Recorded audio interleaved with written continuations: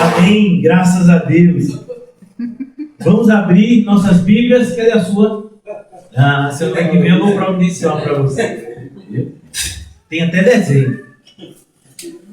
Lucas, capítulo 19. Finalzinho do capítulo de Lucas. Do capítulo 19 de Lucas, perdão. Apenas 2 versículos. Se Deus permitir, talvez entremos ainda no capítulo 20. Não concluímos o capítulo 19 de Lucas. O título da nossa mensagem faz referência a essa passagem que começa no finalzinho do Evangelho de Lucas, do capítulo 19 e início do capítulo 20, na sala de aula com Jesus. Eu queria perguntar a você e a mim mesmo, será que a gente já se sentiu assim, na sala de aula com Jesus? Porque esse é o sentimento que a gente deveria ter. Principalmente quando a gente lê o Evangelho. Deus conosco. E qual o propósito de Deus conosco? Nos ensinar. Nos ensinar a sua vontade, por meio da sua palavra. No Antigo Testamento havia uma profecia de que nós não seríamos ensinados por homens, mas chegaria um momento em que o próprio Deus seria o nosso professor, o nosso mestre. E essa palavra se cumpriu na vinda de Jesus. Daí a necessidade que o templo destruído, o templo que foi construído por Salomão, foi destruído na época da invasão babilônica no território de Judá, e deveria ser reconstruído porque a profecia era clara. Deus entraria naquele templo e ele ensinaria. E Jesus fez isso durante o seu ministério terreno, muitas e muitas vezes, principalmente nas festividades oficiais do calendário judaico.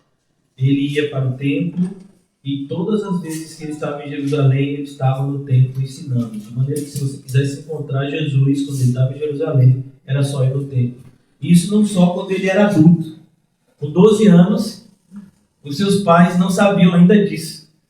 E perderam o menino na viagem de peregrinação. Encontraram ele depois de 3 dias. Por quê? Porque eles passaram 3 dias procurando em toda a cidade. Porque não passava na cabeça de 2 adultos que o seu filho de 12 anos estaria no templo conversando com os doutores da lei. Então, quando eles procuraram em todos os lugares, só falta o templo. Vamos lá, ele estava lá. E ele responde com amor e com toda a submissão de um filho para com seus pais, porque ele honrava o seu pai e sua mãe terreno. Ele diz: convinha que eu estivesse na casa de meu pai, 12 anos de idade. E às vezes a gente pensa que os nossos adolescentes e as nossas crianças não têm maturidade para ouvir o Evangelho. Como nós nos enganamos. Se a pessoa tem maturidade para pecar, ela já deveria ter maturidade para se arrepender. E nós deveríamos ter vergonha na cara para ensinar. Falando nós, porque eu me incluo também, é um grande desafio. Então, como eu disse a vocês, irmãos, na minha Bíblia, não sei qual é o subtítulo que tem na sua, mas na minha Bíblia, o subtítulo é O Mestre Ensina no Templo. Eu acho bonito esse subtítulo, para que a gente tenha essa noção de que Jesus, ele é o mestre por excelência. Então, todas as vezes que a gente pensar, meu Deus, como eu posso ensinar a palavra do Senhor para alguém? É só você olhar para Jesus, como ele ensinava. Como foi que ele ensinou para Nicodemos? Nicodemos era como se fosse uma pessoa que tem pós-doutorado. Então, você já entrou numa faculdade? Eu não estou nem falando no nível de graduação. Eu já entrei. Na época eu era uma criança ainda, meu pai estava fazendo mestrado em Direito. Eu entrei numa faculdade de Direito, numa sala de mestrado, fiquei no cantinho para não perturbar. E aí as pessoas começaram a falar e eu disse: eles estão falando em português. Mas eu não entendia nada. Os termos que eles usavam, eu não conseguia compreender nada.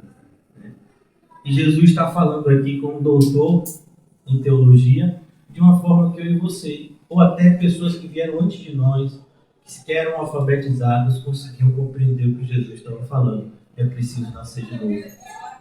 Depois, no capítulo 4 de João, ele vai dar uma aula também a uma mulher samaritana, que provavelmente não deveria ser alfabetizada, naquela época a maioria da população era analfabeta e mulher então é que era quase que 100%.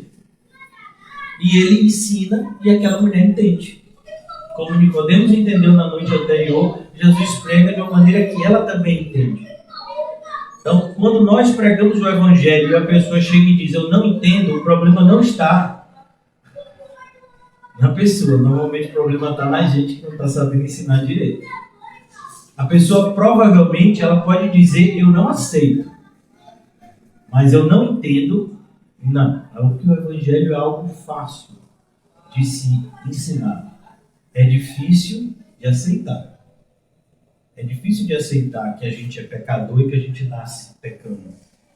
É difícil de aceitar que se a gente não crê em Cristo, a gente vai para o inferno. Porque a gente olha de repente para determinadas pessoas e acha, mas essa pessoa não é tão ruim assim para passar uma eternidade inteira sofrendo. É porque a sua visão é uma visão errada.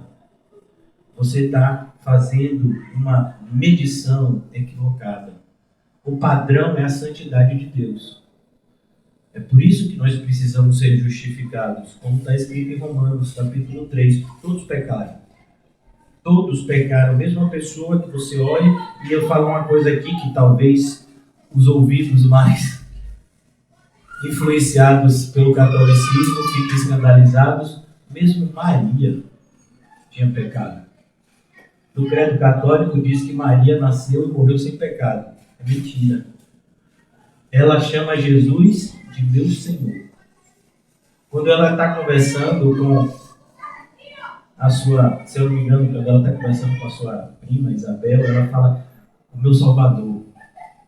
Então, ela sempre se dirigiu ao seu filho como Senhor e Salvador da sua vida. Ela mesma diz, fazer tudo que ele vos disser. Aí vem os católicos e diz, peça à mãe que o filho atende. Como assim? Devia ser o contrário, né? Peça ao filho que a mãe tem que obedecer, porque ela também é serva.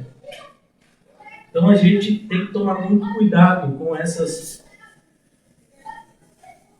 heresias que muitas vezes se impregnam em nós e a gente nem percebe. Nós temos vivido dias onde a ideia de religião tem se misturado com tanta coisa.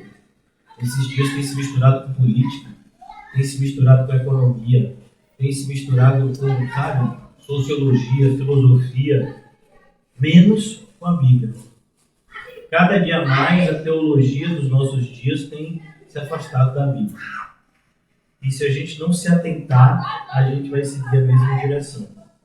Então aqui no versículo 47 de Lucas 19, perceba, logo depois de Jesus purificar o templo, isso que é interessante.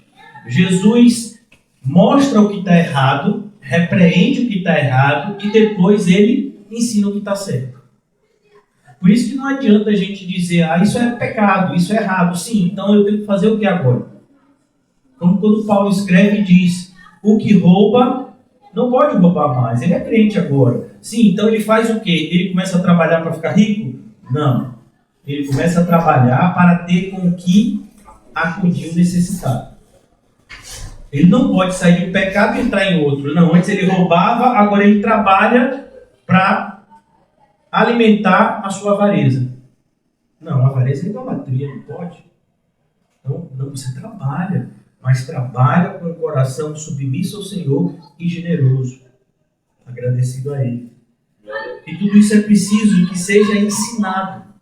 Por isso, irmãos, antes da gente fazer essa leitura aqui, do versículo 47, 48, eu queria convidar vocês a abrirem comigo no Evangelho de Mateus, capítulo 28. A gente já leu recentemente, mas eu quero ler de novo, porque tem coisas que a gente precisa, às vezes, ouvir todo dia. E essa é uma das passagens da Bíblia que talvez a gente precise ouvir todo dia. Porque a gente sente a necessidade de dividir a nossa fé como oramos, evangelizar. A gente tem a necessidade, inclusive, de evangelizar a nós mesmos, porque esquecemos o evangelho constantemente.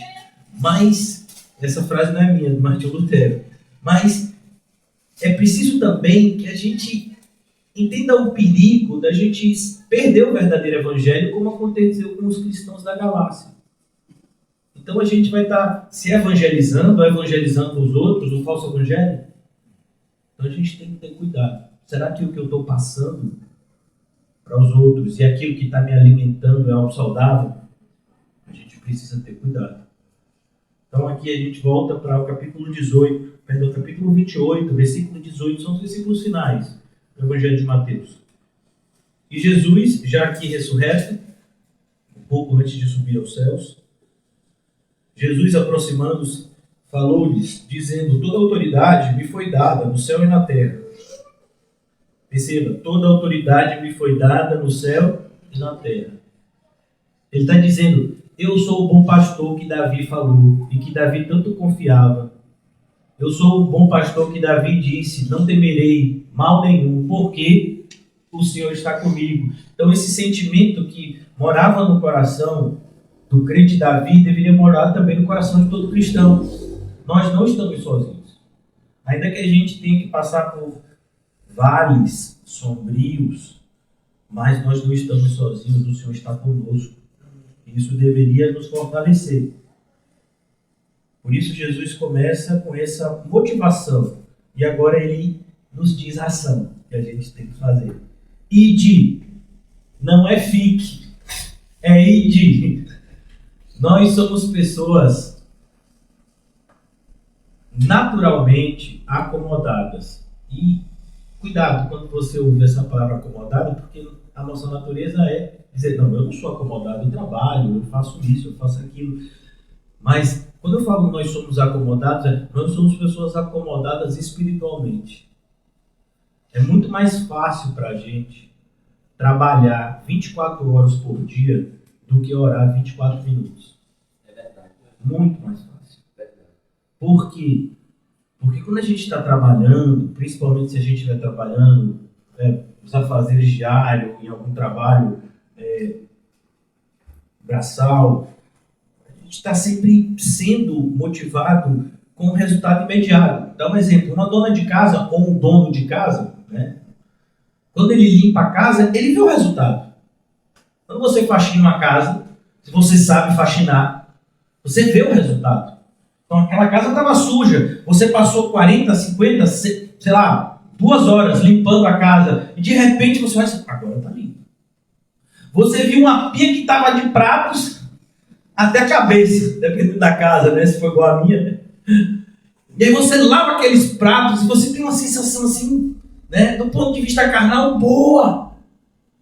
Lavei os pratos, limpei a casa, fiz minha cama. Não é que eu estou falando de coisas tão triviais, né? Imagina uma pessoa que trabalhou o mês todo e no final do mês recebe o salário. Trabalhei o mês todo. Eu acordei, teve dias que eu estava cansado, eu fui lá, peguei meu ônibus, fui de pé. Eu trabalhei o mês todo. Eu fiz.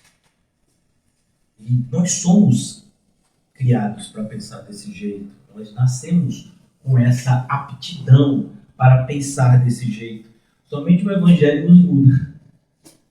Nos ajuda a entender que nascemos nu, morremos também da mesma forma. E é Deus que dá, e é Deus que tira, e o nome dele é bendito. Dando ou tirando para sempre. É por isso que aqui quando ele diz ide, para a gente é tão difícil. Porque esse ide de Jesus necessariamente vai exigir de mim abdicar dos meus afazeres diários. Sempre que eu vou fazer alguma coisa para Jesus, se for para Jesus mesmo, porque a maioria das coisas que as pessoas fazem na igreja hoje em dia é simplesmente para satisfazer a sua própria religiosidade idólatra. Mas quando você faz algo para Jesus mesmo, com o Espírito Santo te motivando e te guiando, necessariamente isso vai te custar algo. Isso vai te custar uma renúncia. Como Jesus disse: você é meu discípulo, então você tem que renunciar. Senão você não pode nem começar a pensar em carregar uma cruz. Não, Jesus, eu vou carregar a cruz e te seguir. Mas você já renunciou? Não, Jesus, essa parte da renúncia eu ainda estou trabalhando. Não pode. É como você... Eu quero chegar no 3º andar. Você não vai passar pelo primeiro nem pelo segundo? Como é que você vai fazer essa subida? Como você pode chegar em cima da montanha sem subir a montanha? Então Jesus nos ensina. Por isso, quando ele fala essa palavra ide, que para a gente parece algo assim tão simples, tão fácil de se fazer. Não, não é fácil. Porque esse ide aqui, ele vai exigir de nós o abandonar a nossa vontade, renunciar ao nosso eu. Ide, portanto, e você só pode cumprir esse ide se de fato você acredita que toda a autoridade do céu e da terra está nas mãos de Jesus, senão você nunca vai cumprir o ide. Olha que coisa interessante. Teve uma pessoa que cumpria o ide, cumpria a vontade de Deus. Como é o nome dele? O profeta Elias. E o profeta Elias passou por um momento de crise de fé. E aí ele não fez mais o ide. Aí ele fez o quê? O esconde-te. E aí ele foi se esconder. E o Senhor disse: vem cá, Elias. E aí, você está profeta aí dentro, debaixo de uma árvore, escondido? É porque matou todo mundo, Senhor. E a Jezabel disse que só vai ficar em paz quando me matar. Mas vem cá, eu não tenho toda a autoridade. Você acha que Jezabel vai te matar? E eu não posso impedir. Você, Elias, acabou de matar 400 profetas de Baal, 450 profetas de Astarote. Se eu não me engano, o número é mais ou menos esse. Você estava sozinho, venceu todos eles, depois eles foram mortos, e agora você está com medo de morrer. Porque eu não tenho poder, Elias, para te sustentar. É isso? Quando eu estou mostrando Elias, é porque Elias é uma pessoa que subiu ao céu sem ver a morte. Mas teve um momento que ele teve medo da morte. Mas ele não viu a morte. Mas ele teve medo. Então é importante que a gente confie na autoridade do Senhor Jesus, senão a gente não vai cumprir o ID. Pelo menos não da forma correta. A gente vai cumprir o ID sempre melindrado, atemorizado. Com tantas pessoas que têm dito: não, como eu vou evangelizar, eu preciso me associar a um político para ele me dar guarida ao evangelismo. Eu preciso vender artefatos para poder ter dinheiro para evangelizar. Não, a autoridade de Jesus, no céu e na terra, ele vai proporcionar a você todos os meios para que você execute os planos dele. Então, por isso que a gente vê hoje em dia um evangelho tão mercadológico, um evangelho tão empresarial. Sabe? Eu fico assustado, porque as pessoas vêm para mim, que eu sou pastor da igreja. Não, pastor, a gente devia ter uma visão assim, várias vezes ao longo desses 11 anos, a gente devia ter uma visão assim, mais empresarial. A gente devia se organizar mais economicamente. Vamos juntar aqui uns irmãos para levantar um dinheiro para fazer. Irmão, não é assim que faz as coisas na igreja, não. A gente ora. E o Senhor envia a condição para a gente fazer. Se Ele não enviou, por quê? É porque não é para fazer. Não, mas a gente quer fazer uma reforma. Sim, e se o Senhor não quiser que faça? Você vai fazer assim mesmo? Como o Senhor disse: quem construir Jericó, o que é que eu faço? Eu destruo. E você acha que o povo deixou de reconstruir Jericó? Várias vezes ela foi reconstruída. Inclusive, quando a gente abre lá nas passagens que falam de Jericó nos 4 evangelhos, tem até essa questão que na época de Jesus tinham 2 Jericós, por assim dizer. Tinha a Jericó que já havia sido destruída e construída algumas vezes, e que o povo não construía mais, e tinha a nova Jericó que ficava do ladinho assim. Por isso tem uma passagem que diz assim, na entrada, e o outro diz na saída. Aí as pessoas, alguns comentaristas dizem, porque na entrada da nova, na saída da velha. Na época de Jesus tinha essas 2 assim, porque ele tinha dito desde a época de Josué, quando estava entrando na terra, que eles rodaram a grande muralha de Jericó e ela ruiu, e ele profetizou: quem reconstruir de novo essa muralha, essa cidade, destrua. E o povo deixou de reconstruir? Não. Mas parece que a gente não aprende. Por isso que na sala de aula de Jesus, a gente tem que prestar atenção. Porque assim, você cair no buraco uma vez sem saber, é até aceitável. Mas você cair no mesmo buraco 2 vezes, 3, 4, Mas vem cá, você já não caiu nele? Por que você está caindo de novo? Se você passar de novo, você vai cair de novo. Você não já aprendeu. É como uma pessoa que tomou um choque no fio, mas fica, você já não aprendeu. Porque você precisa pegar de novo.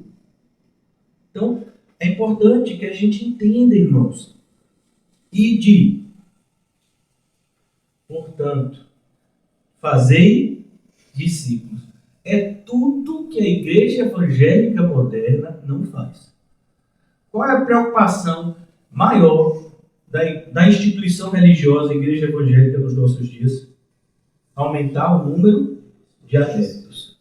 A gente não pode chamar nem de fiéis as pessoas que estão dentro da igreja, porque a maioria não se enquadra nessa palavra fiéis, porque a palavra fiéis é uma palavra que significa aquele que crê. Ele é fiel a alguma coisa.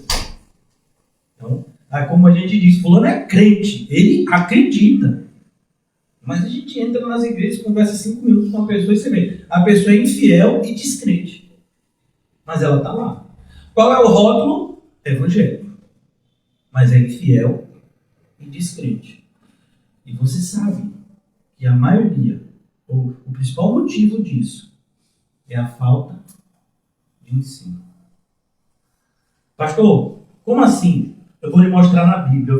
Deixa marcado aqui Mateus, a gente vai para Oséias, depois volta para cá e depois vai para Lucas, tá certo? Antes de meia-noite eu concluo. Oséias, ele fica logo antes de Joel. Será que eu te ajudei? Oséias fica depois de Daniel. Pronto, ajudei você. Daniel, Oséias. Um dos versículos mais conhecidos da Bíblia, principalmente do Antigo Testamento, é essa passagem que a gente vai ler aqui de Oséias. Oséias, capítulo 4. Qual é o versículo? 6. Com certeza você já ouviu, talvez você não se lembre de ter lido, mas você já ouviu alguém falando esse versículo para você. Oséias 4, 6. O meu povo está sendo destruído, porque lhe falta conhecimento. Mas o interessante é que a gente fala isso sem entender o contexto. Essa frase, ela por si só, ela já é autoexplicativa. Mas o contexto, ele é um pouco mais profundo.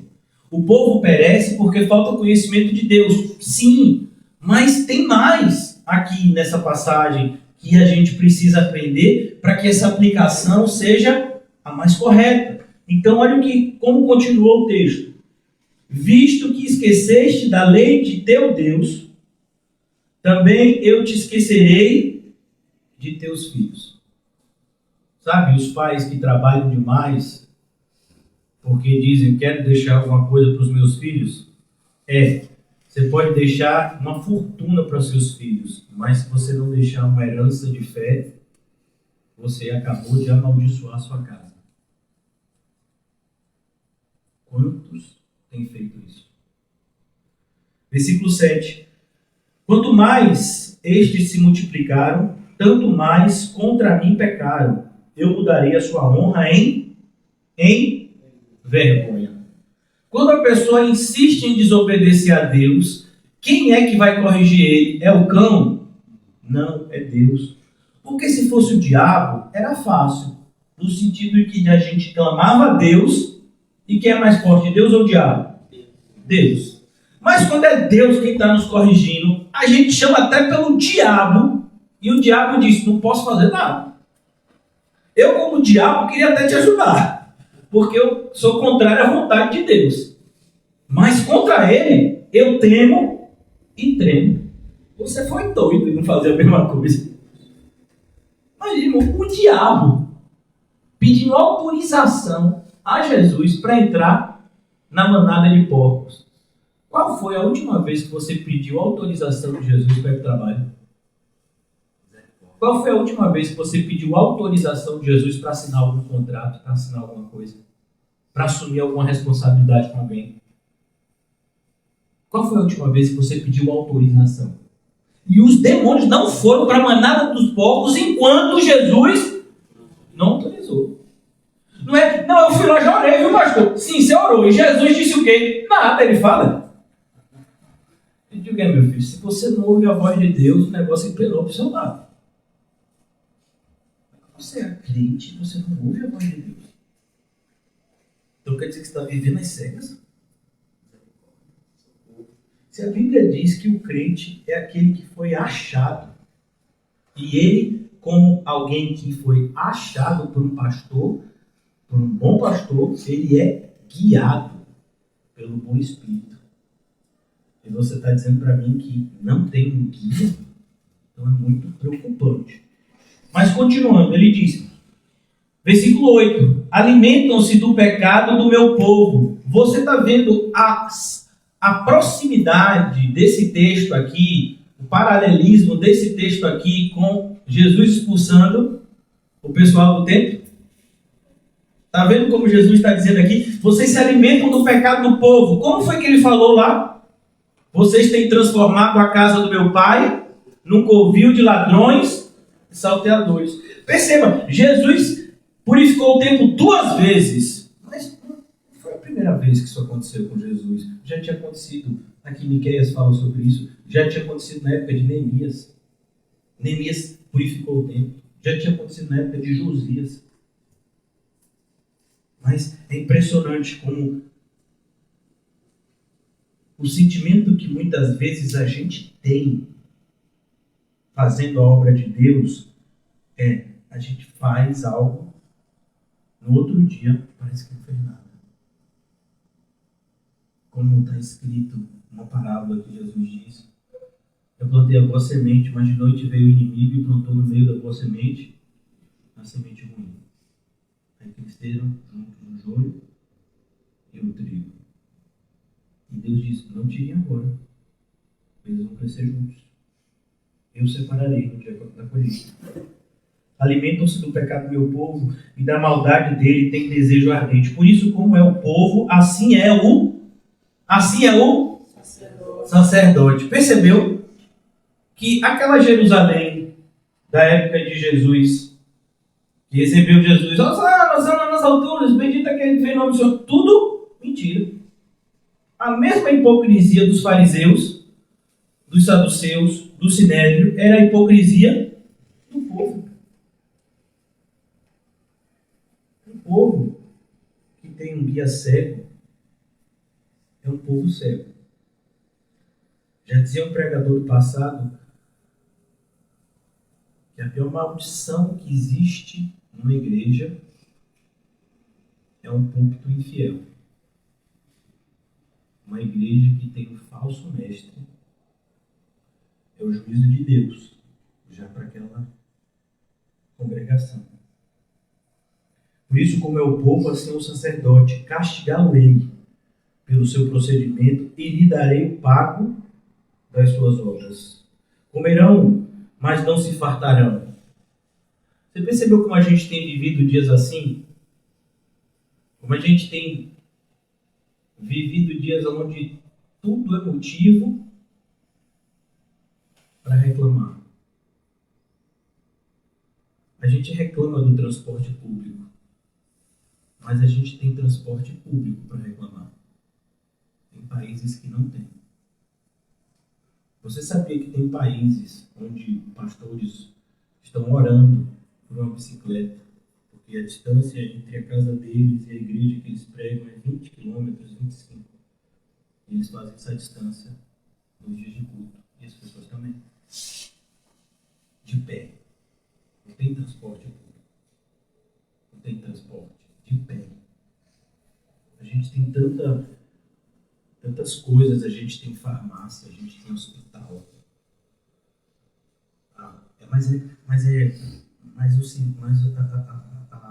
Os hospitais públicos, pastor, são horríveis, mas eles existem pelo menos.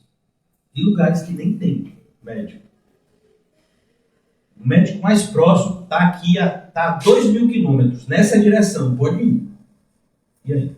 Faz como? O remédio mais próximo a 2.000 quilômetros também nessa direção. pessoas morrendo porque não tem antibiótico. Coisa tão simples pra gente, né? Uma infecção na garganta, antibiótico.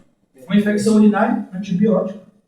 E se não tomar antibiótico, aquela infecção pode se propagar, cair na corrente sanguínea e acontecer algo chamado sepsemia, que é infecção generalizada, e a pessoa pode vir a óbito. Porque não tomou um antibiótico, que é dado muitas vezes no posto gratuitamente, então você compra numa farmácia por 20, 30 reais. Alguns são mais caros, mas 20, 30 reais você compra um antibiótico. Tem inclusive uma injeção que muitos correm dela, chamada Bengetacil. Misericórdia. Você toma essa furada por 2 dias assim, se andar direito, mas ela, para muitas bactérias, ela é bastante eficaz. E barata. É uma injeção que eu acho que não passa de 15 reais. Mas tem pessoas que vão morrer. Eu não estou falando de algo há 100 anos atrás, estou falando de hoje, que não tem acesso a isso. E a gente se queixa. Tomou injeção, estou sem andar. Rapaz, você tomou uma injeção. Você vai ficar bom. Perdoa-me, Senhor. Rapaz, mas tá doendo. Então você preferia morrer? Você preferia perder a perna? O braço? A mão? Esse pastor não pode se queixar de nada. Eu me livre. Aí se queixa no pastor pra em cima da verdade. Porque ele não pode mais se queixar, porque é gratidão. Meu Deus do céu! Comerão, mas não se fartarão, entregar-se-ão, a sensualidade. Por que a sensualidade, irmãos? Uma pessoa que não está satisfeita com Deus, ele vai buscar satisfação no mundo. O homem, ele sempre vai buscar uma fonte de prazer. É por isso que no catecismo maior, se eu não me engano, a primeira pergunta é: qual o propósito de Deus ter criado o homem? E a resposta é: para a sua glória, para que o homem glorificasse a Deus e usufruísse do prazer de ter um Deus como nosso Deus. Para sempre. Então, aquele que não tem prazer em Deus, ele vai buscar prazer em outras fontes. Por exemplo, tem gente que busca prazer na comida. Tem gente que busca prazer em jogos. Quantas pessoas na nossa geração têm se viciado em jogos? Assistir jogos, participar de jogos e tantas outras coisas. Tem gente que vai ter prazer em juntar dinheiro. Tem gente que vai ter prazer em outras fontes, mas a raiz daquela busca por prazer no mundo é porque não tem prazer nas coisas de Deus. E não sei se vocês já perceberam a analogia. O homem é um vaso. Né? Uma das analogias em relação ao homem é que ele é um vaso, mas o vaso nunca está vazio. Ou você está cheio de Deus, ou você vai estar cheio do mundo. Por isso que esse antagonismo, né, essa oposição é apresentada para a gente no livro de Tiago. Se você é amigo do mundo, por que Tiago tem que dizer isso? Porque nosso engano, nossa tendência ao auto-engano é tão grande que a gente às vezes pensa: eu sou amigo do mundo, mas também sou amigo de Deus. Eu não sou esses crentes radicais. Não sou nenhum puritano. Eu sou cristão, mas também gosto das coisas do mundo. Nada a ver. Aí Tiago vem e diz: tudo a ver. Você é amigo do mundo? Sou. Então você é inimigo de Deus. Não, não sou. Porque a palavra diz que é, então você está errado. E a palavra está certa. E agora voltando para o nosso texto, irmãos, de Mateus, para depois a gente concluir em Lucas. Eu não vou me delongar muito, mas só para que a gente tenha uma sequência lógica. Aqui no capítulo 28 de Mateus, versículo 19, portanto, e fazei discípulos. E é como eu falei a vocês, por isso que eu fui até o livro de Oséias, porque tudo que a gente não tem feito é discipulado. A gente chama uma pessoa para a igreja e a pessoa diz: eu quero ser crente. Tá certo, mas você então vai se batizar e vai começar a vir para os cultos. E aí você é crente. Não, você não é crente. Você só vai ser crente quando você nascer de novo. Talvez você fique 1 ano assistindo o culto e você nunca seja crente. Talvez você fique 2, 3, 4, 10. Você tem que nascer de novo. O batismo é importante? Extremamente importante. Mas o batismo salva? Não. Ele é só uma evidência de que você quer algo mais sério que o Cristo. Mas você não pode parar nele. Como quando você vai participar de uma corrida de rua, você se desloca até uma faixa que tem escrito assim, partida ou saída. Aí você chega lá, a corrida vai ser, não me dá um tiro, né? 7 da manhã. Ainda bem, já cheguei aqui na chegada. Já cheguei na saída. Sim, mas você tem que correr 10 quilômetros, 15. Não, ninguém me falou isso não. Tô aqui já. Sim, mas aqui é só o começo. Não. Tô aqui, ó. Me disseram, esteja lá às 7 da manhã. Tô aqui. Ninguém me falou que eu tenho que correr 10 quilômetros. Ainda é só lá que vai chegar? Cabe isso. Quem pode pegar táxi? Ônibus? Jumento? Bicicleta? Não, aqui é corrida, de pé. Ah, não, esse negócio é muito difícil. Então, você só pode fazer discípulo se você é discípulo. Você não pode, nunca terá autoridade espiritual para ensinar algo. Perceba, não é que você faz, é que você deseja fazer. Por quê? Porque nós não somos perfeitos. Nós podemos cair. Isso não significa que a gente não é crente. Mas o crente, ele deseja não cair. O crente deseja viver uma vida santa. O crente, ele tem como parâmetro, ele está lá correndo, e qual é o foco dele? O autor e consumador da sua fé, Cristo. Então ele olha para Cristo e ele deseja de todo o coração ser igual a Cristo. Muitas vezes ele não vai conseguir, mas ele deseja. Esse é o crente. Então a gente só pode ser discípulo se a gente tem esse desejo. Se a gente é verdadeiramente um discípulo, senão a gente não tem autoridade para discipular. E ele diz, fazei discípulos de todas,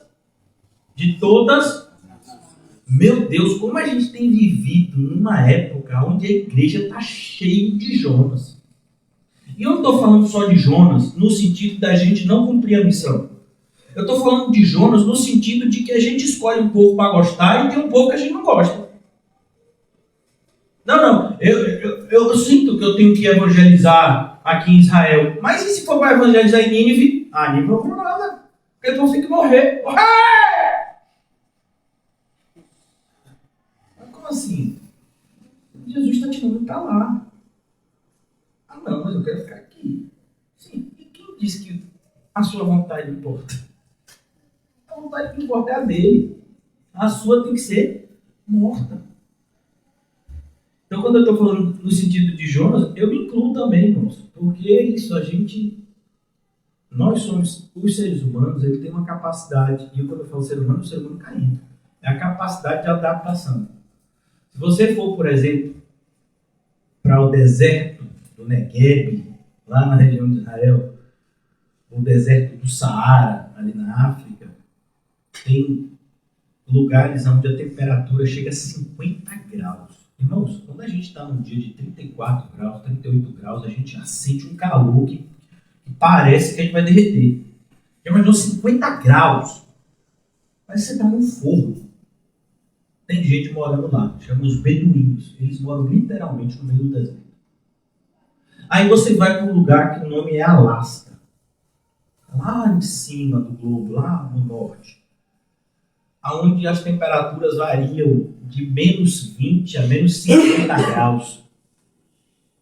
Você ficar 10 minutos com a roupa que a gente está aqui, num lugar aberto, você morre congelado. E não é exagero não, é isso mesmo que acontece. Mas se você for ver, tem gente morando lá, e tem até as casas que ele mora, qual é o nome? Iglu. Que povo é esse? Esquimó. Eles moram lá fora. Mas como consegue? É a capacidade do ser humano de se adaptar às circunstâncias. Por isso que às vezes você fica assim, meu Deus, a pessoa consegue viver com salário mínimo? Dá um jeito.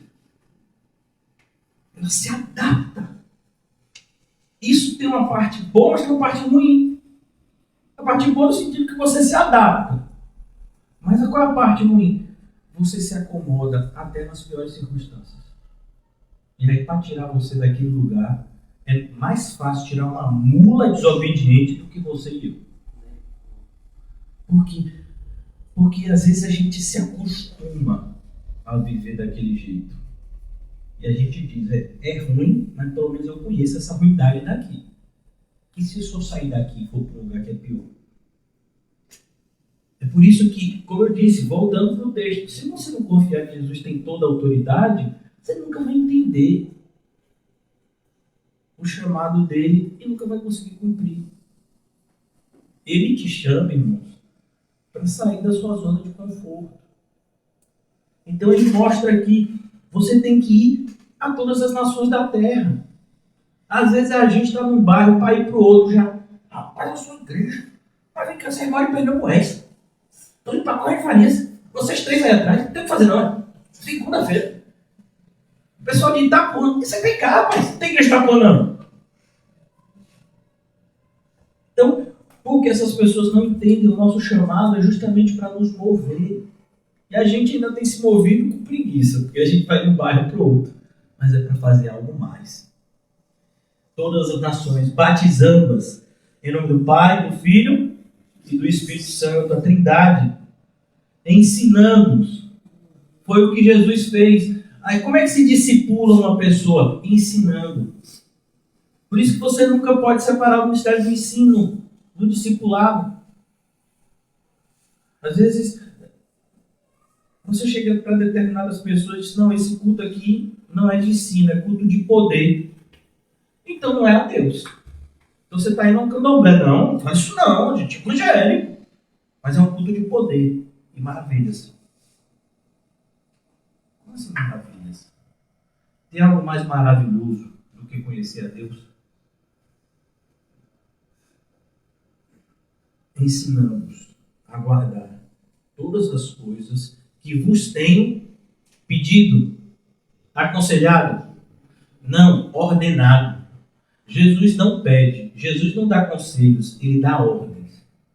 Por quê? Porque ele é rei. O rei não pede, faça isso, ele dá ordem para os seus súditos. E aqui ele diz, ensinando-os a guardar todas as coisas que vos tenho ordenado. E eis que estou com vocês. Ele já tinha dito isso. Mas ele repete, por quê? Porque a gente duvida. Será? É isso mesmo. Eis que estou com vocês todos os dias. Mas essa semana vai ser tão difícil para mim. Mas Jesus vai estar com você. Ele vai tornar as coisas mais fáceis? Não. Mas ele vai tornar possível. E ele vai fazer com que nosso coração tenha uma gratidão tão grande que até nas dificuldades a gente sente alegria.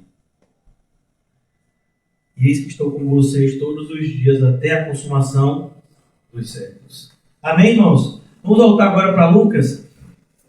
Já concluindo aqui, Lucas 19. Concluindo e começando. Versículo 47 e 48. São os dois últimos versículos do capítulo 19. O título da mensagem de hoje, só para a gente se centrar, na sala de aula com Jesus. Por que isso é tão importante? Porque o povo perece, porque lhe falta conhecimento. Como as pessoas vão conhecer se ninguém ensina? Não foi esse o desespero do eunuco? Lendo o livro de Isaías em voz alta, voltando para sua terra natal, a Etiópia. E aí Filipe então aparece e diz, vem cá, está entendendo o que você lê? Mas como eu vou entender se ninguém me ensina? Aí você está numa igreja onde tem estudo bíblico segunda, terça, sexta, domingo. Que exagero. Por quê? Porque você já sabe muito de Bíblia, né? Sabe muito de Bíblia. A ponto de sair por aí ensinando o mundo inteiro. Você está reclamando de quê?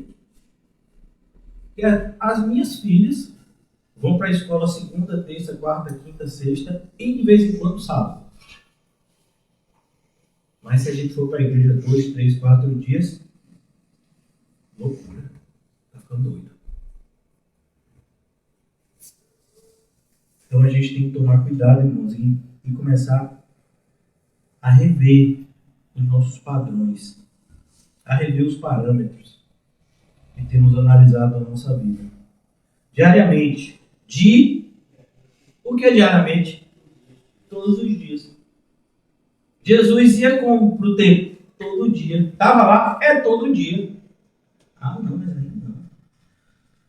Por que não? Tem algum dia que você não come? Quem aqui está jejuando há 2, 3 dias? Pode dizer, fique tranquilo. Não vai ser fariseu. Por quê? Porque ele tem necessidade de comer.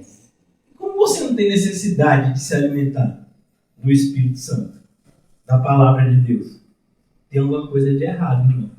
Só quem não tem necessidade de se alimentar é quem está morto. Morto come, Paulinho? Não. Muitas vezes eu acho que a boca é até costurada para evitar que fique, né, os gases, assim, a pessoa fica assustada pensando que é filme de terror.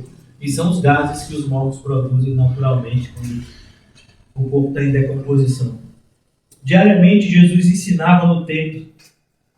Ele ensinava onde? Mas é um absurdo. Um absurdo. Hoje em dia, para você ser crente, tem que ir para a igreja. Quer dizer que eu não posso ser crente no açougue? Quer dizer que eu não posso ser crente na praia? Quer dizer que eu não posso ser crente no shopping center? Tem que ir para a igreja. Digo, meu filho, o negócio ficou complicado agora, porque a rejeição chegou a esse nível. Onde as pessoas ainda acham errado quem vai para a igreja. Não é só a pessoa não querer ir, ela acha errado você estar aqui. E precisa isso. O importante é você ser crente fora da igreja. É mesmo. Ah, entendi. Você é crente fora da igreja. E dentro você é o quê? Se você é crente fora da igreja, dentro de você é o quê? Nada. Por quê? Porque eu já disse isso e repito, é difícil ser crente aqui. É por isso que tem irmão que já veio para esse estudo e deixou de vir. Por quê? Porque ouviu o que não queria, não veio mais. Porque é difícil ouvir o que a gente não quer ouvir, mas precisa ouvir. Para que a nossa vida seja transformada. Para que a nossa vida não venha a sucumbir espiritualmente. Para que a gente não venha a se esfriar na fé. Então, aqueles que mais faltam eram aqueles que mais estavam precisando vir. Mas Deus está no controle de tudo. Infelizmente, nem todos serão salvos. Jesus ensinava no templo. Queria ouvir Jesus? Ah, não, mas Jesus não ensinava no templo. Não ensinava, então Lucas errou aqui. Errou, não foi? Na minha Bíblia diz que ele ensinava no templo. Jesus ensinava no templo. Mas os principais sacerdotes, os escribas e os maiorais. Quem eram os maiorais? Eram aquelas pessoas de influência que faziam parte, né, do sinédrio. Do povo. Procuravam eliminavam. Por isso, irmão, fique tranquilo. Se alguém tiver que ser morto aqui, vai ser eu. Fique tranquilo. Na época da pandemia, a igreja estava aberta, passavam os carros da polícia. Eu vou dizer, então, vamos pegar a gente. Mas não, pega o pastor. Foi o pastor que mandou? Pode dizer, foi ele que mandou. Tem gente que às vezes diz, pastor, como é que eu vou dizer isso para fulano? Fulano vai ficar com raiva de mim. O que foi que eu falei? A pessoa, pastor, obrigado. Eu vou dizer, foi você que falou, viu? Que a pessoa fica com raiva de você, pastor, fica com raiva de mim. Tudo bem, como pode falar? É bênção. É bênção. E as pessoas ficam com raiva de mim. Porque eu estou falando a verdade, a Bíblia diz que isso é o quê? É bênção. Então, aleluia! Por isso, irmãos, é preciso que a gente tome cuidado quando a gente toma uma posição na igreja, quando a gente tem uma posição na igreja, e posição na igreja, entenda isso de maneira muito clara, não é algo que você busca no sentido de autossatisfação, mas é algo que você busca no sentido de satisfazer o alto. Então você está naquele lugar porque Deus te colocou. As cartas, quando Paulo diz, eu sou apóstolo, aí é totalmente diferente dos falsos apóstolos de hoje, que eles se autodenominaram apóstolos, buscando o quê? Destaque, fama. Paulo disse, eu sou apóstolo, mas é pela vontade de Deus.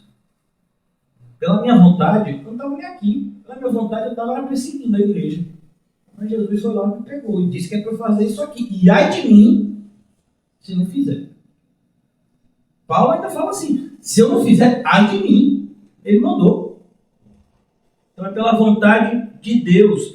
Se Deus te der alguma responsabilidade no corpo, cuidado, irmão.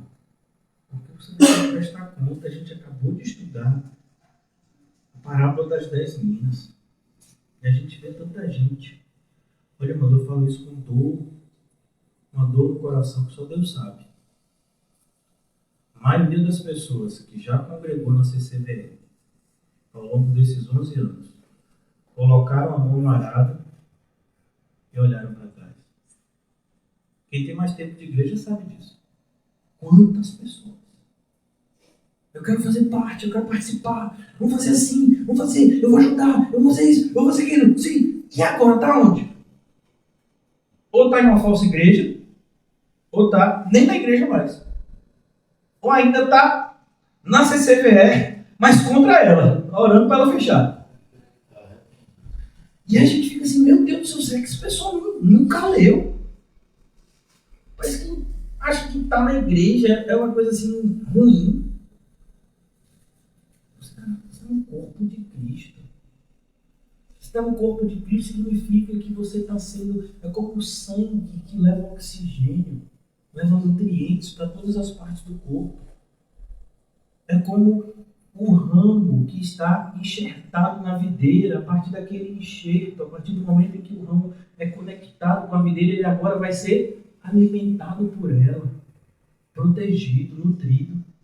E as pessoas acham ruim fazer parte de uma igreja, ter uma missão dentro da igreja. É um absurdo, irmãos, o que tem acontecido. Diariamente, Jesus ensinava no templo, mas os principais sacerdotes, os escribas e os maiorais do povo procuravam eliminá-lo. É preciso que você entenda, se você decidir hoje ser um cristão de verdade, os seus principais opositores serão falsos crentes. Nenhum mundo vai te perseguir tanto quanto os falsos crentes. Nenhum mundo. O mundo vai olhar para você muitas vezes com desprezo. O mundo vai olhar para você com um olhar tipo, tô nem aí. Mas os falsos crentes não, eles olham para a gente com raiva. Alguns com inveja. E o que eles desejam fazer com a gente? Eliminar.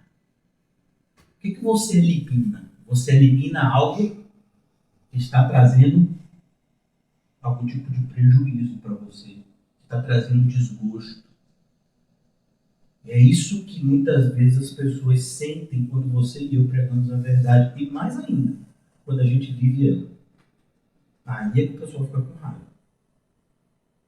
Então cuidado, irmãos. Na sala de aula de Jesus, uma das primeiras coisas que a gente aprende é que quando você está alegrando a Deus, automaticamente você está atraindo para você a fúria de todos aqueles que não são de Deus. Perceba, eu nem falei o mundo para a gente não se perder. Não é de Deus. Quem não é de Deus? Os falsos crentes não são de Deus. Quando Jesus chama de filhos do diabo, ele falou disso com quem? Com esse pessoal aqui. Principalmente com o grupo, a maior parte desse grupo eram os fariseus. Apesar do grupo mais poderoso ser os saduceus, mas numericamente ele era menor. Os fariseus eram um grupo quantitativamente maior. E era o grupo que mais tentava combater Jesus e os seus ensinos. Pessoas que se consideravam religiosas, que se diziam de Deus, e eles estavam, na verdade, trabalhando para o diabo. Por isso a gente tem que tomar muito cuidado com esse rótulo evangélico, com esse rótulo de crente. O apóstolo Paulo já nos advertiu que muito mais perigoso do que aquele que diz abertamente que não é de Cristo é aquele que, dizendo-se irmão, vive abertamente como um não irmão. Se não, vejamos. Já estou concluindo, viu? Estou te olhando no relógio aqui. Mas, rapidamente, eu vou abrir aqui, se você quiser me acompanhar, está em 1 Coríntios, mas se quiser só ouvir também, fazer só a leitura, a gente vai voltar e concluir o texto, porque faz parte, é preciso que você entenda essa oposição, porque eu já vi muitas pessoas na igreja tendo um conflito com isso. Mas pastor, a pessoa é crente também, a pessoa congrega com a gente também, como assim ela está fazendo essas coisas que são contrárias à vontade de Deus? Será que ela não sabe que não tem que fazer isso? Não, ela não sabe. Ela sabe e não sabe. Ela sabe do ponto de vista teórico, mas ela não sabe do ponto de vista espiritual. E nós, quando obedecemos a Deus, a gente não obedece a Deus na carne. A gente só consegue obedecer a Deus se estiver no Espírito. Se não estiver no Espírito, a gente não agrada o Senhor. Então aqui em 1 Coríntios, o apóstolo Paulo fala, a partir do versículo 9, do capítulo 5, versículo 9. Já em carta vos escrevi, significa que antes dessa carta de 1 Coríntios, teve outra carta, que foi a vontade de Deus que a gente não tivesse na Bíblia. Mas já em carta vos escrevi que não vos associasseis com os impuros. Quem é o impuro? Se lembra quando Jesus expulsou as pessoas do templo, como foi chamado aquele ato? Purificar. Por que purificar? Porque estava impuro. Não se associe com os impuros. Refiro-me com isto, não propriamente aos impuros deste mundo. Paulo está dizendo, eu não estou falando dos não crentes, pois nesse caso terias que sair do mundo. Até porque se a gente não evangelizar os não crentes, como é que esses não crentes desse grupo tão grande, alguns vão se tornar crentes se a gente nunca evangelizá-los? Como crerão se não há quem pregue? Mas aqui ele diz, roubadores, idólatras, pois nesse caso tereis que sair do mundo. Versículo 11. Mas agora vos escrevo que não vos associeis com alguém que, dizendo-se irmão, olha, irmão, esse alguém aqui pode ser seu pai, sua mãe, pode ser seu irmão de sangue, pode ser seu vizinho, seu colega de trabalho, a pessoa que te trouxe para a igreja, a pessoa que você evangelizou, mas ela se afastou do Senhor. É qualquer pessoa, por isso que está esse pronome, alguém. Mas eu evangelizei essa pessoa sim, você evangelizou essa pessoa como Paulo evangelizou a Demas. Mas Demas amava o mundo. E eu vou dizer que ele não amava o mundo? Eu vou mentir para as pessoas? Eu vou tratar um descrente como crente? Só porque eu evangelizei? Porque ele fez parte durante um momento? Porque aparentemente ele, durante algum tempo, demonstrou um cristianismo, mas o cristianismo verdadeiro, ele tem uma marca. Ele persevera. O cristianismo que é somente um tempo é um falso cristianismo. Então ele diz, mas agora vos escrevo que não vos associeis com alguém que, dizendo-se irmão, for impuro. Impuro aqui fala principalmente em relação a pecados de moralidade. O avarento, pessoas que têm dificuldade com o dinheiro. O irmão, meu Deus, como é difícil você conversar com uma pessoa avarenta. Ela tem certeza absoluta que não é avarenta. Eu nunca vi um avarento dizendo, é verdade, eu tenho dificuldade nessa área do dinheiro. Nunca. 11 anos de igreja. E a pessoa brigando na justiça, brigando em casa, gritando, tudo por dinheiro. Você é crente, sou pela misericórdia. Como assim? Avarento, idólatra. Pessoas que escolhem atributos de Deus e rejeitam outros. Foi o que ele fez? Criou um ídolo. Por exemplo, um Deus que é só amor e não é juízo. É o quê? É um ídolo. Porque o Deus da Bíblia é amor e juízo. Todo aquele que crê é salvo. Quem não crê é condenado.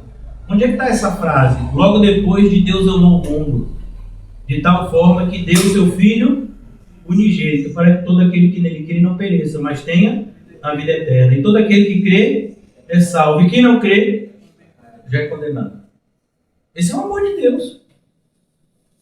Mas parece que a gente quer jogar para debaixo do tapete. É o idólatra. Maldizente é aquele que fala mal, principalmente aquele que fala e propaga inverdades. Cuidado quando você propagar alguma coisa. Ah, não, mas foi fulano que falou. Sim, foi fulano que falou. Mas você está continuando por quê?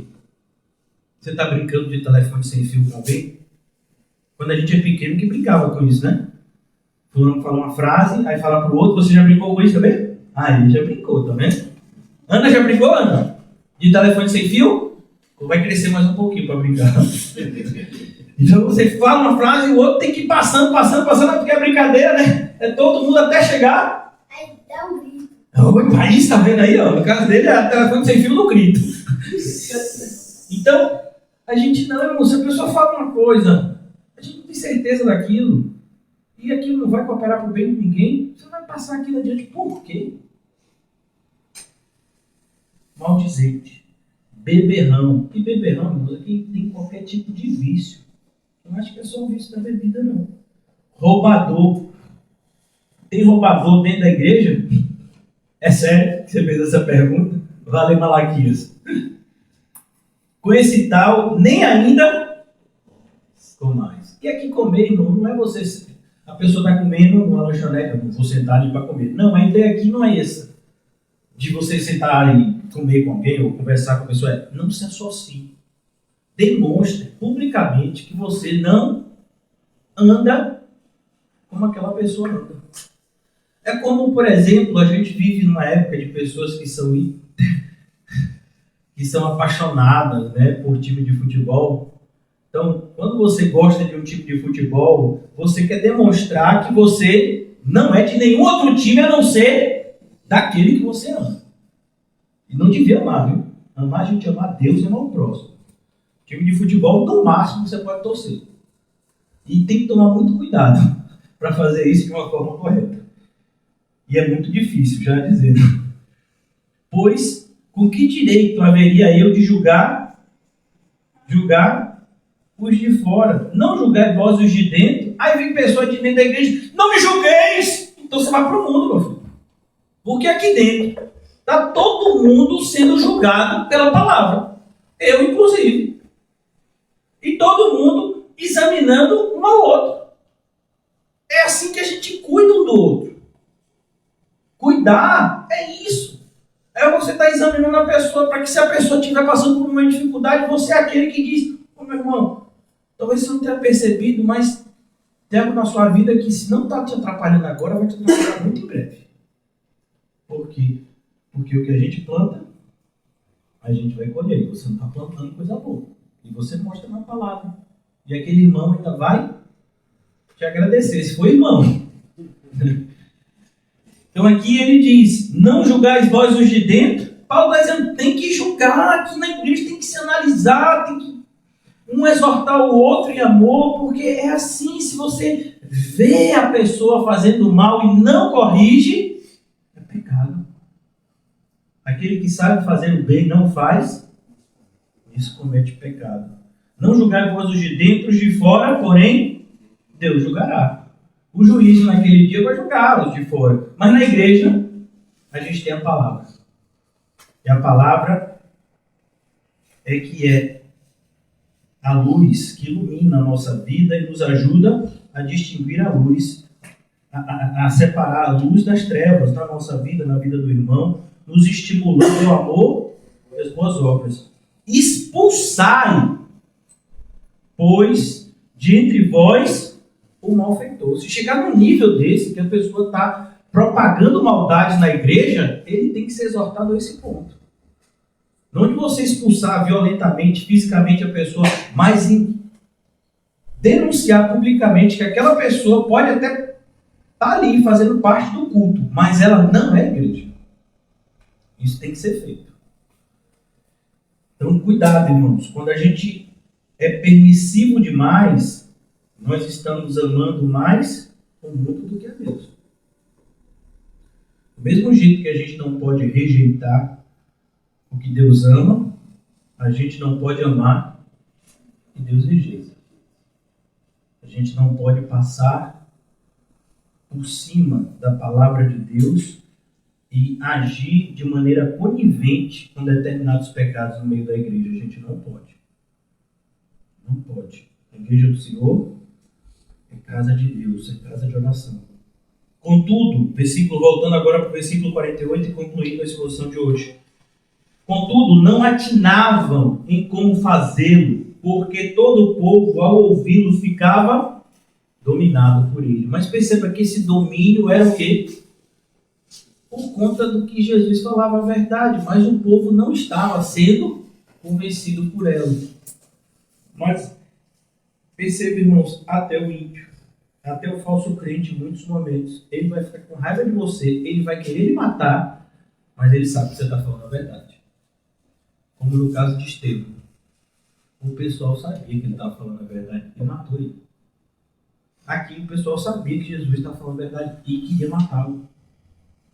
Tanto que Jesus diz, quando Jesus já estava preso, e aquele homem bate no rosto de Jesus, o chefe da guarda, Jesus diz, cara, se eu falei alguma coisa de errado, me diz por que você me bateu mesmo.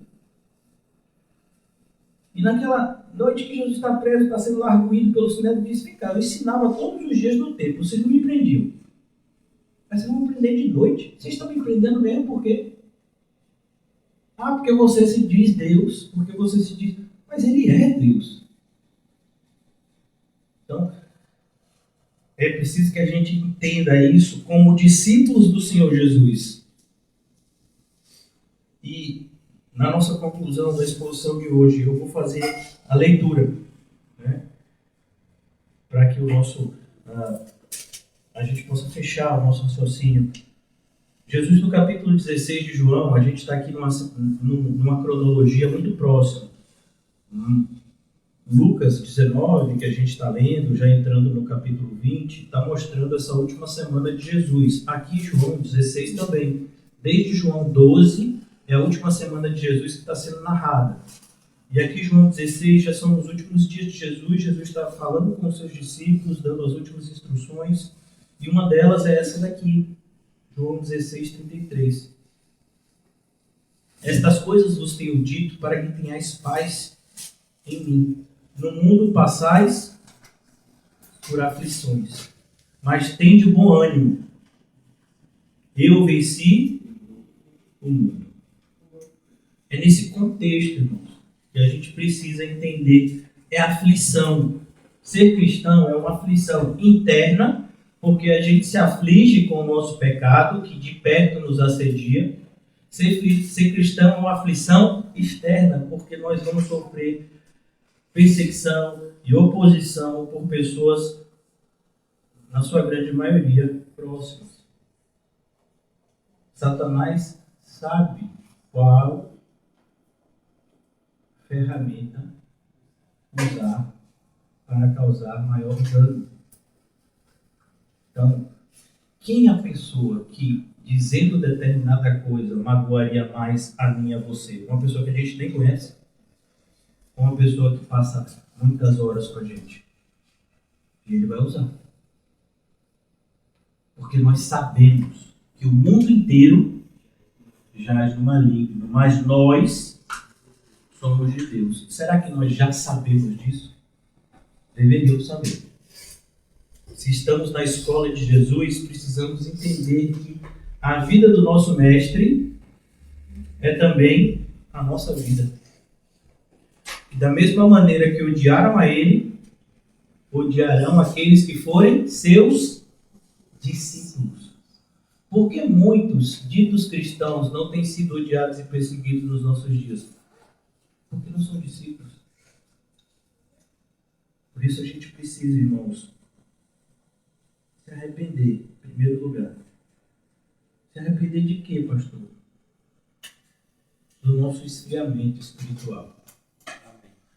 Porque, irmãos, quando nós somos perseguidos, eu tenho certeza que todos os que estão aqui hoje nessa sala, todos, e Deus sabe que hoje não veio ninguém que não é crente, não veio ninguém que está sendo evangelizado, que costuma até vir, né? Mas não veio hoje. Por quê? Porque Ele sabe que a gente, quando a gente é perseguido, quando a gente passa por oposição, quando a gente ouve determinadas coisas e passa por determinadas circunstâncias, ou a gente se apega mais ao Senhor Jesus e cresce espiritualmente, ou a gente se esfria.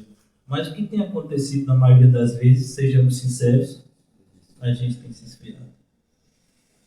Porque se apegar aos pés de Jesus e perseverar é mais difícil. É mais fácil a gente se queixar, se esfriar e falar da impiedade do ímpio. Mas, irmãos, falar da impiedade do ímpio é igual a chover no molhado. É sempre isso que eu digo para algumas pessoas, e principalmente para uma pessoa que eu vejo no espelho. Eu. Vem cá, a pessoa é ímpia, Nizam? É. E você está pensando que o ímpio vai estar bem? Você estava onde com a cabeça? Ah, mas essa pessoa é próxima a mim. Essa pessoa deveria me tratar bem, pelo menos por conta dessa proximidade. Mas ela é ímpia? É, não creio em Cristo de verdade. Sim, e você acha que ela vai te tratar bem? Você acha que Satanás vai aliviar sua barra? Satanás entende que você está passando por um momento difícil. E ele diz, 2 autos. Porque você pediu 2 autos, eu vou deixar que hoje e amanhã você dê uma relaxada. Amém? Aleluia? Imagina Satanás dizendo amém, aleluia. Eu entendo que vocês aqui, crentes aqui, passaram por um mês dificílimo. Então, esse mês de outubro eu vou dar umas 2 semanas para vocês relaxarem. Amém? Aleluia? Você acha que Satanás vai fazer isso? Não, irmão, quando ele bateu o olho, ele diz, então quer dizer que eles estão abatidos, né? É agora que eu vou dar o golpe final. Por isso que a gente tem a verdade a nosso favor, se somos de fato cristãos. A Bíblia diz, abatidos, mas jamais destruídos. Constantemente somos fortalecidos no Senhor quando a gente pensa que não vai mais conseguir. Por isso que eu creio que na noite de hoje, nós que chegamos aqui em dúvida se conseguiríamos completar a jornada, vamos sair daqui alegres, porque o Senhor é a nossa força.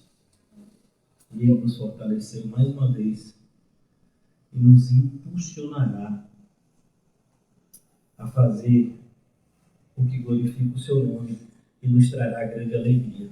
Vamos orar. Ó Senhor Jesus, obrigado. Obrigado, Senhor Jesus. Obrigado, Senhor, por nos mostrar na Tua palavra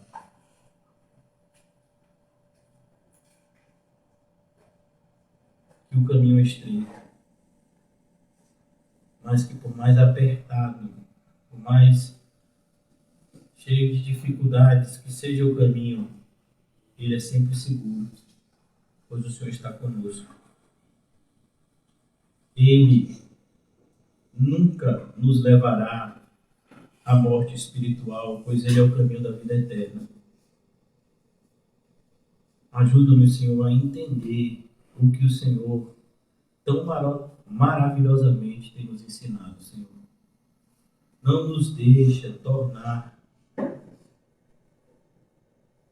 para as trevas, de onde o Senhor nos tirou, mas que possamos andar como filhos da luz, para mais perto da luz.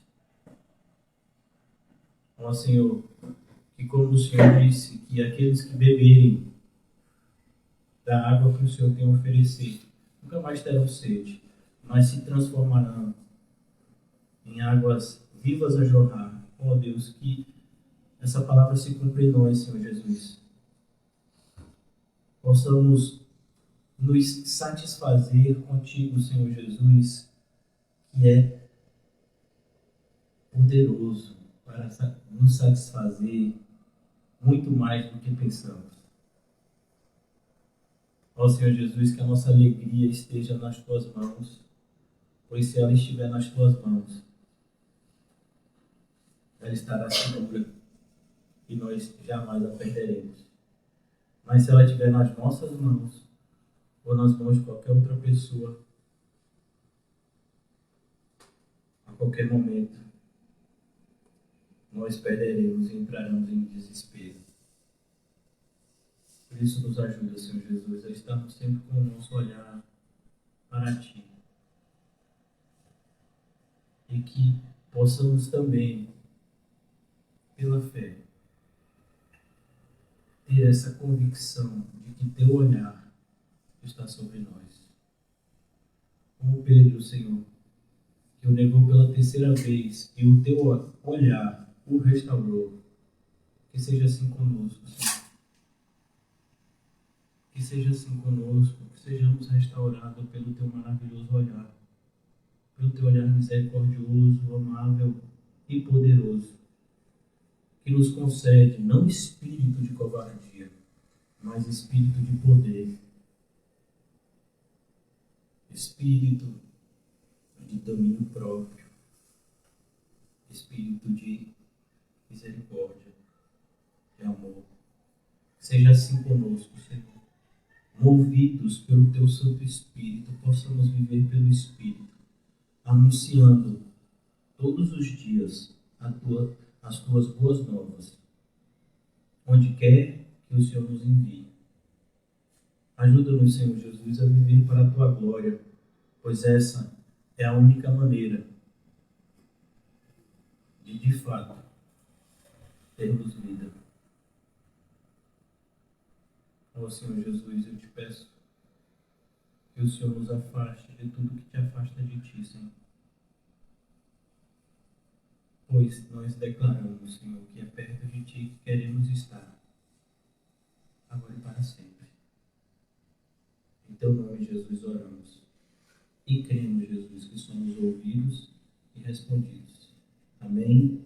E graças a Deus. Amém, irmãos? Saúdem-se mutuamente com um cumprimento santo e diga para o seu irmão: Jesus é contigo, vaso. Oh, glória! Aleluia! Amém, irmão? Amém! Aleluia!